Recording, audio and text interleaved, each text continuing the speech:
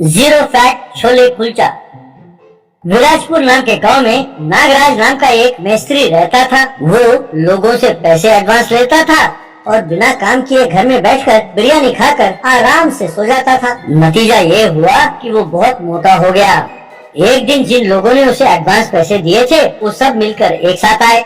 उनमें से लोकेश नाम का व्यक्ति नागराज से, अरे भैया, मैं तुम्हारे हाथ जोड़ता हूँ। लगता है जिंदगी में मैंने बहुत पाप किए होंगे जो मुझे ऐसी सजा मिली और तुम मेरे गले पड़ गए। ये सुनकर दूसरा व्यक्ति, अरे भाई साहब, आप बिल्कुल सही कह रहे हैं। ये तो मिस्त्री के रूप में यमराज है। इसे देखो तो सही कितना मोटा है। ये हम सब के पैसे निकल कर इतना मोटा हो गया है। इसके पेट को काटो तो हमारे पैसे निकलेंगे। तब नागराज, देखो भैया, इज्जत से बात करो, वरना तुम मेरा नाम तो जानते ही हो, नागराज। दस दूंगा मैं आप सबका काम परसों आकर करूंगा, लेकिन पैसे वापस नहीं करूंगा। तब लोकेश, चुपचाप आकर काम में लग जाओ, वरना मुझे पैसे कैसे वापस लेने अच्छी तरह मालूम है। मैं तुम्हें कुछ नहीं कहूँगा। उस वीरू को पकड़ूंगा जिसने तुम्हें मिलाया था। अपने आप को देखो तो सही, तुम एक पूरे बकरी को निकले हुए अजगर की तरह दिखते हो। यूँ सब उसे डांट कर वहाँ से चले गए। बाद में नागराज का दोस्त वीरू नागराज से, अरे यार, तुम लोगों को यूँ परेशान क्यों कर रहे हो? उनका काम क्यों नहीं कर देते? तब नागराज, मैंने तुमसे तो कोई सलाह नहीं मांगा। जाओ चुपचाप मेरे लिए बिरयानी ले आओ, खाकर सो जाऊंगा। बहुत नींद आ रही है यार। कहकर अंदर चला गया।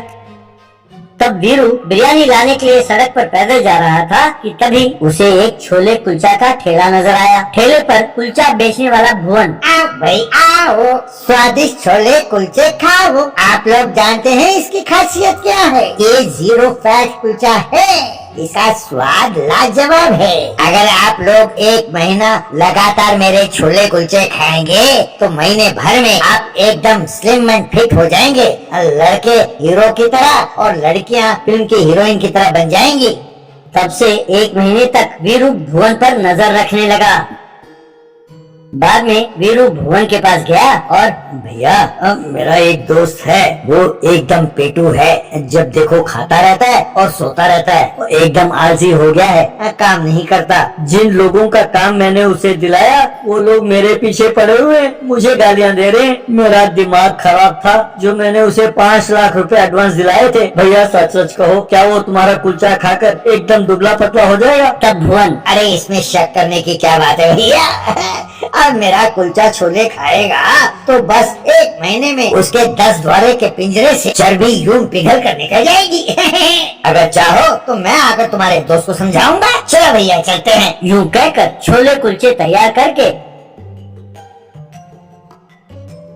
वीरू के साथ भुवन भी वहाँ चला गया। फिर नागराज के पास जाकर भुवन ने छोले कुलचे उसे दिए। ये देखकर नागराज, ये क्या जबरदस्ती है? मुझे तो सिर्फ बिरयानी चाहिए, और वो भी मटन बिरयानी। जब लाओ सिर्फ वो लाओ, मुझे ये कुलचे वुलचे नहीं चाहिए। कहकर उसे उठाकर फेंका। ये देखकर भुवन, अरे मोटे सांड, तुम्हारी ये हिम्मत! अगर तूने मुझे उठाकर फेंका होता तो मैं बुरा नहीं मानता, लेकिन तूने मेरे छोले कुलचे को फेंका। बच्चों, अब तुम्हारी खैर नहीं। अब मैं तुम्हारी चर्बी उतारूंगा बच्चों। अब तुम्हें चूल्हे के ऊपर बिठाएं तो जैसे तुम्हारी चर्बी पिघलेगी वैसे ही तुम्हें कुलचे खिलाकर पिघलाऊंगा। कहकर नागराज को कमरे के अंदर ले गया और कुर्सी से उसे बांध दिया।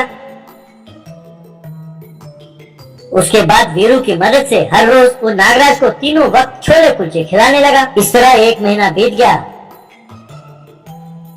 नागराज बिल्कुल दुबला पतला हो गया। एक दिन भुवन का असिस्टेंट कुलचे लेकर आ रहा था तो उसे देखकर नागराज, अरे कमीनो, मुझे तुम लोग यूं क्यों सता रहे हो? मेरा सारा चर्बी पिघल गया भैया।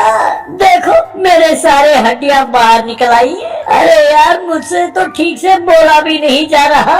तब वो असिस्टेंट, भाई साहब, हमारे भुवन भाई साहब का आप पर गुस्सा कम हो गया है, आपको छोड़ दिया है। लेकिन ये कुलचे जानते हैं आप कौन भेज रहा है? आपने जिन लोगों से एडवांस पैसे दिए थे ना, वो लोग भेज रहे हैं। आप जानते हैं यूं आपको कुलचे खिला खिला कर मार डालने का षड्यंत्र रचा उन लोगों ने मिलकर। आपको देखकर मुझे आप पर बहुत तरस आ रहा है भाई साहब। और हाँ भाई साहब, आप जानते हैं कि कहीं आप घर से भाग ना जाएं, इसका ध्यान रखने के लिए उन्होंने 4 मुशंडों को रखा है यहाँ पर आपकी निगरानी के लिए। नागराज, इसका मतलब यह है कि मुझे मारने का पूरा प्लान बना लिया इन लोगों ने। भैया भैया, उनसे कहो ऐसे ना करे, उनसे कहो मैं उनका काम करके दे दूंगा। यूं कहते ही उस लड़के ने नागराज के रस्सी खोला।